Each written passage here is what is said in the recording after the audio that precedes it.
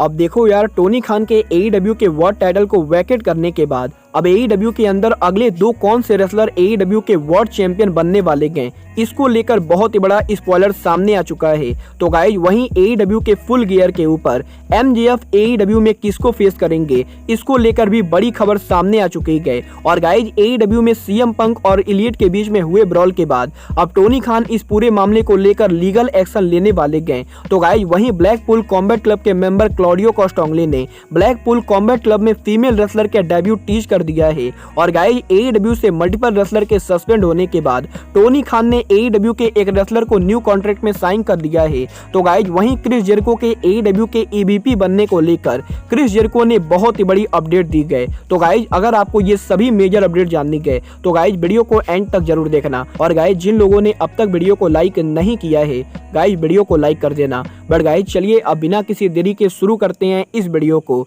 और गाइज सबसे पहले बात करते हैं टोनी खान की। वेल गाइज जैसा कि आप लोगों ने लास्ट नाइट AEW के डायनामाइट शो को देखा था, लाइट AEW डायनामाइट के ओपनिंग के ऊपर टोनी खान ने AEW के वर्ल्ड टाइटल और AEW के ट्रियोस टाइटल, इन दोनों टाइटल को वैकेट कर दिया था। बट गाइज यहाँ पर टोनी खान के इस पूरे प्रोमो के अंदर टोनी खान ने कहीं भी CM पंक, यंग बक्स या फिर केनी ओमेगा का नाम, और गाइज इसीलिए जो लोग AEW के न्यूज को फॉलो नहीं करते गए और गाइज जो फैंस सिर्फ AEW के शोज को देखते गए, उनके लिए ये बहुत ही कंफ्यूजिंग होने वाला है कि AEW ऑल आउट पर CM पंक और इलियट के चैंपियन बनने के बाद टोनी खान ने CM पंक और इलियट से टाइटल को क्यों छीन लिया है। बट गाइज यहीं टोनी खान के इन तीनों के नाम को ना ड्रॉप करने को लेकर अब AEW के बैक स्टेज से मेजर अपडेट आ रही है, जहां पर मल्टीपल सोर्सेज ने इस चीज को कंफर्म किया है कि टोनी खान AEW के टेलीविजन के ऊपर फिलहाल यंग बक्स, CM पंक और केनी ओमेगा का नाम नहीं लेने वाले गए, क्योंकि गाइज यहाँ पर इन चारों को लेकर AEW बहुत ही बड़ा लीगल एक्शन लेने वाली है। और गाइज यहाँ पर इन चारों के सस्पेंड होने के बाद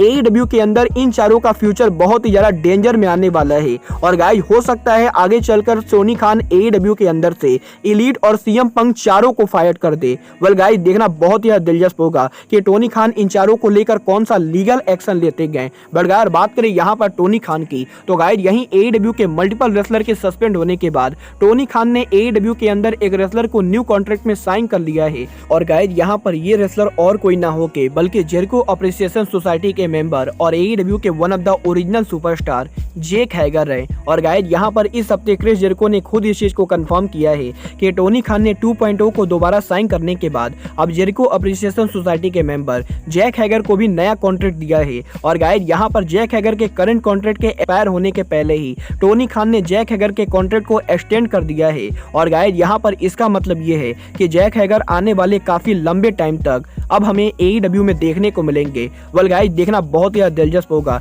कि टोनी खान के जैक हैगर को दोबारा साइन करने के बाद टोनी खान जैक हैगर को पुश करते हैं या नहीं। बट गाइज जहां तक बात रही जेरिको की, तो गाइज यही इस हफ्ते AEW के EVPs के सस्पेंड होने के बाद और क्रिस जेरिको के लॉकर रूम लीडर बनने के बाद अब सोशल मीडिया पर बहुत सारे लोगों का ये कहना है कि टोनी खान को क्रिस जेरिको को AEW का EVP बना देना चाहिए। बट गाइज यही फैंस के इस हाई डिमांड के बाद अब जेरिको ने फाइनली AEW में उनके EVP बनने को लेकर बात की गई, जहां पर जेरिको ने इस चीज को कंफर्म किया है कि जब क्रिस जेरिको ने AEW कंपनी को ज्वाइन किया था तो गाइज उस समय ही टोनी खान क्रिस जेरिको को AEW का सीनियर वाइस प्रेसिडेंट बनाने वाले थे। और गाइज AEW कंपनी के शुरुआत के ऊपर ही क्रिस जेरिको को AEW के EVP से भी बड़ा पोस्ट मिला था, जहां पर क्रिस जेरिको को AEW का एग्जीक्यूटिव वाइस प्रेसिडेंट ना बना के बल्कि AEW का सीनियर वाइस प्रेसिडेंट बनाया जाने वाला था। बट गाइज यहाँ पर जेरिको ने टोनी खान के आइडिया को रिजेक्ट कर दिया था, जहां पर जेरिको ने टोनी खान से ये कहा था कि क्रिस जेरिको AEW के बैक स्टेज के ऊपर ऐसा कोई भी फालतू रोल नहीं लेने वाले गए जहां पर जेरिको को किसी भी तरीके के कंट्रोवर्सी का सामना करना पड़े। और गाइज यहाँ पर जेरिको ने इस चीज को क्लियर कर दिया था कि जेरिको AEW के अंदर कोई भी एग्जीक्यूटिव पोजीशन नहीं लेंगे। बट गाइज यहाँ पर जेरिको के EVP नहीं बनने के बाद भी क्रिस जेरिको AEW के बैक स्टेज के ऊपर AEW के EVP से ज्यादा इन्फ्लुएंशियल रेसलर हैं, क्योंकि गाइज यहाँ पर जेरिको ने इस चीज को कंफर्म किया है कि जेरिको को AEW के बैक स्टेज पर अपना ऑफिस मिला है। और गाइज अगर AEW के रेसलर को कोई भी एडवाइस चाहिए होती गए तो गाइज AEW के रेसलर क्रिस जेरिको के पास आते गए। और गाइज क्रिस जेरिको के पास किसी एग्जीक्यूटिव पोजीशन के ना होने के बाद भी जेरिको AEW के बैक स्टेज के ऊपर AEW के EVPs की तरह काम करते गए। और गाइज यहाँ पर जेरिको का ये कहना है कि क्रिस जेरिको को AEW का EVP बनने में कोई भी इंटरेस्ट नहीं गए। और गाइज जेरिको AEW के अंदर AEW के रेसलर के अलावा कोई भी और रोल नहीं प्ले करने वाले गए। वेल गाइज, मैं क्रिस जेरिको के इस डिसीजन से पूरी तरह से एग्री करता हूं, क्योंकि गाइज मुझे भी लगता है कि जेरिको AEW के EVP ना होने के बाद भी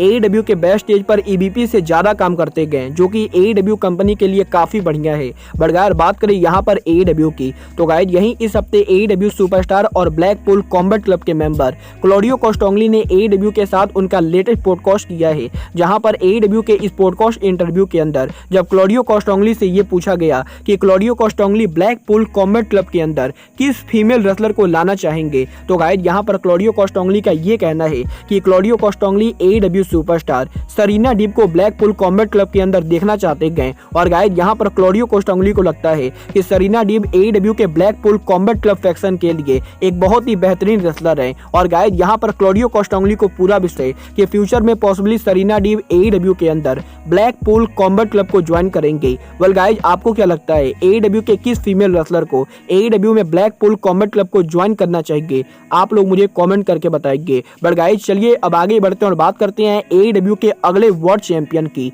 वेल गाइज, जैसा कि आप लोगों को मालूम है, AEW के वर्ल्ड टाइटल के वैकेट होने के बाद AEW डायनामाइट ग्रैंड स्लैम पर AEW उनकी कंपनी का brand new world champion crown करेगी। और गाइज यही अब इस वर्ल्ड चैंपियन के क्राउन होने को लेकर AEW के बेस्ट स्टेज से काफी बड़े स्पॉइलर सामने आ रहे हैं, जहां पर मल्टीपल सोर्सेज ने इस चीज को कंफर्म किया है कि AEW डायनामाइट ग्रैंड स्लैम पर जो रेसलर AEW का वर्ल्ड चैंपियन बनेगा वो रेसलर और कोई नहीं बल्कि AEW के farmer 3 time world champion John Moxley होने वाले गए। और गाइज एक बार फिर से AEW के अंदर टोनी खान जॉन मॉक्सली को AEW का वर्ल्ड चैंपियन बनाने वाले गए। और गाइज यहाँ पर AEW के ऑथर एस स्टेडियम शो के ऊपर जॉन मॉक्सली AEW के अंदर एक बार दोबारा वर्ल्ड चैंपियन बनेंगे। बट गाइज यहाँ पर मॉक्सली के वर्ल्ड चैंपियन बनने के बाद मॉक्सली पॉसिबली इस टाइटल को जल्द ही हारने वाले गए, क्योंकि गाइज यहाँ पर सोर्सेज ने इस चीज को भी कंफर्म किया है कि जॉन मॉक्सली के ऑथर एस स्टेडियम में वर्ल्ड चैंपियन बनने के बाद जॉन मॉक्सली का अगला चैलेंजर और कोई नहीं बल्कि MJF होने वाले गए। और गाइज यहाँ पर जॉन मॉक्सली के वर्ल्ड चैंपियन बनने के बाद